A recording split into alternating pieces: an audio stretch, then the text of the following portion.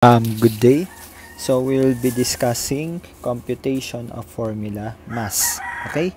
So in computing the formula mass, first step is to identify the chemical formula of the compound. Next is to list down all the atoms involved in the formula. Okay. So after identifying all the atoms, we identify the number of atoms of each of those atoms. Next is to write the mass number of each element. So for this step, we will be needing a periodic table. And next one is to multiply the mass number with the corresponding number of atoms. And then we add all those up to find the formula mass. Okay?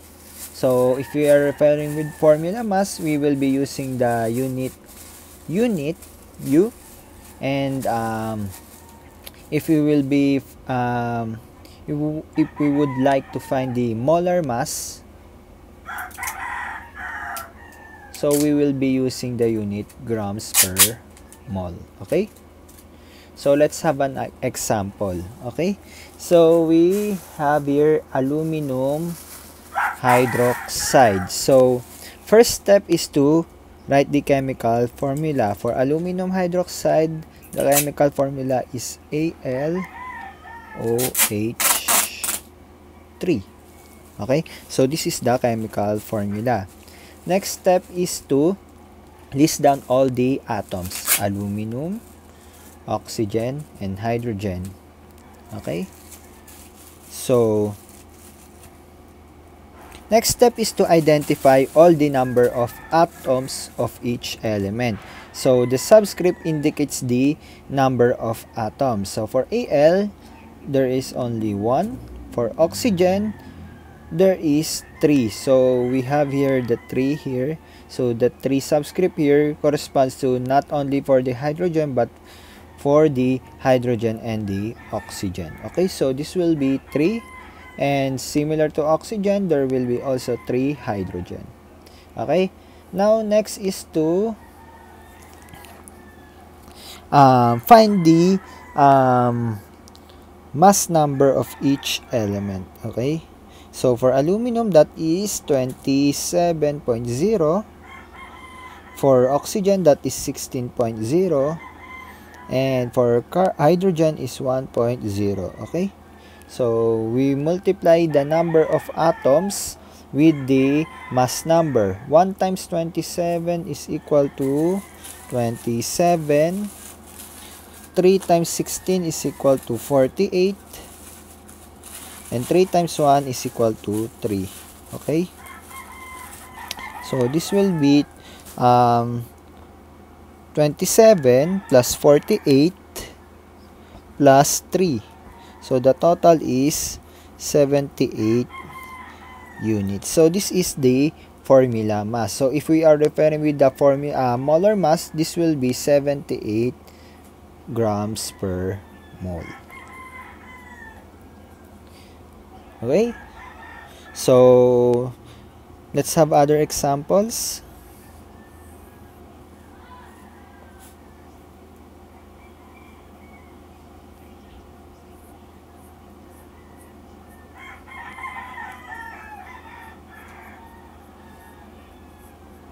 Okay, so and let's have an example: copper 2 sulfate.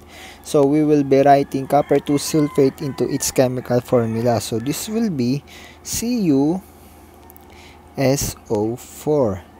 Next is to list down all the elements: copper, sulfur, and oxygen. So for copper, that is, there are only 1 atom. Sulfur, there are 1 atom. And for oxygen, there are 4 atoms. So copper, the mass of copper is 63.5. For sulfur, the mass is 32.1. And for oxygen, the mass is 16.0. So multiply all the number of atoms with the mass number. Answer is 63.5 32.1, and 64.0. So 63.5 plus 32.1 plus 64, the answer is 159.6 units. Or if we have molar mass, if we want to find the molar mass, the unit will be grams per mole. Okay?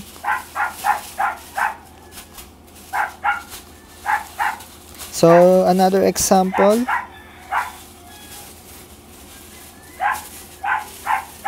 So calcium phosphate. So again, identify the chemical formula of this compound. Calcium phosphate is Ca3 parenthesis PO4 2. Okay, list down all the elements present. So we have calcium, phosphorus, and oxygen. The number of atoms, identify the number of atoms. So for calcium, there are 3.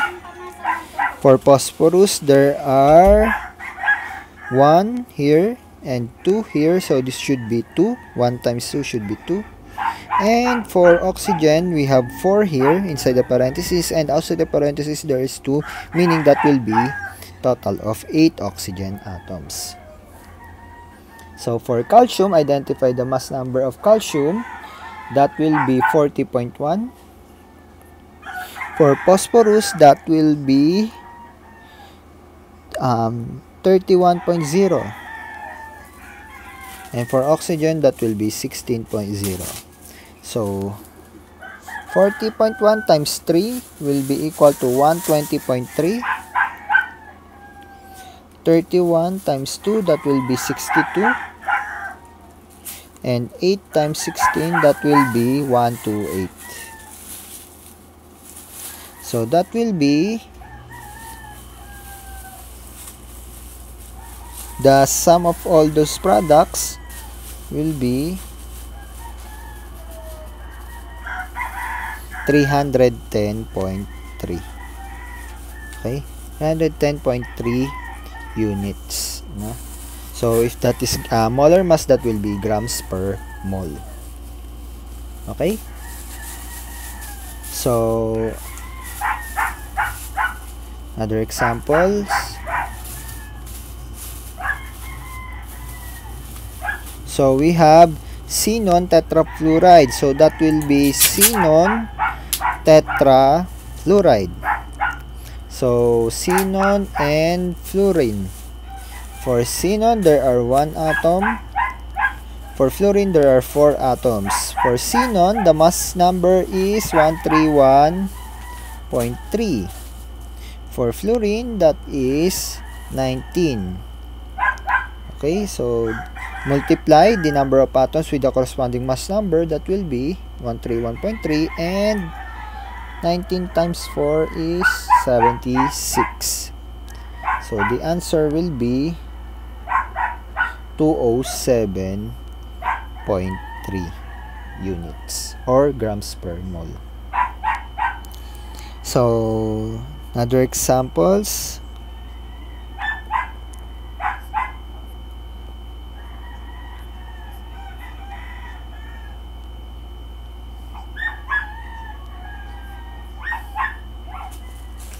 So hypochlorous acid, this will be hypochlorous, HClO. Okay, so hydrogen, chlorine, and oxygen. Hydrogen is 1, chlorine is 1, oxygen is 1. Hydrogen is 1.0. For chlorine, that is 35.5. And for oxygen, that is 16. So the total will be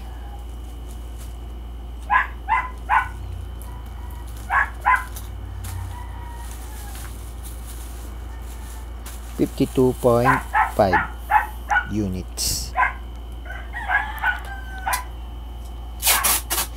So next one, sodium bicarbonate. So finding the formula mass of sodium bicarbonate. So sodium bicarbonate. So this will be the formula. So this will be NaHCnO. So for Na, there is 1, H is 1, C is 1, oxygen is 3. So sodium, that will be 23, hydrogen is 1, carbon is 12, and oxygen is 16. So 1 times 23 will be 23, 1 times 1 is 1, 1 times 12.0 is 12, and 3 times 16 is 48. So add this all up. So this will be 23 plus 1 plus 12 plus 48. This will be 84 units or grams per mole. Okay. Lastly, will be plumbic chloride. So for plumbic chloride, this will be PbCl4. Okay, so list down all the elements, Pb and Cl. Pb is 1. There are 4 atoms of Cl.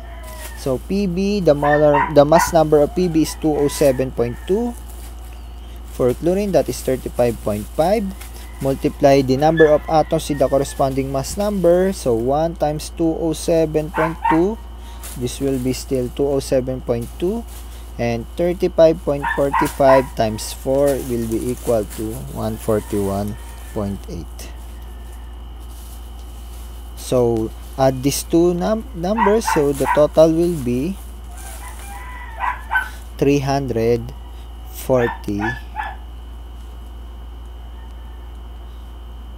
Okay, so this is not 141.8, this is 142. So the answer will be 349.2 units or grams per mole.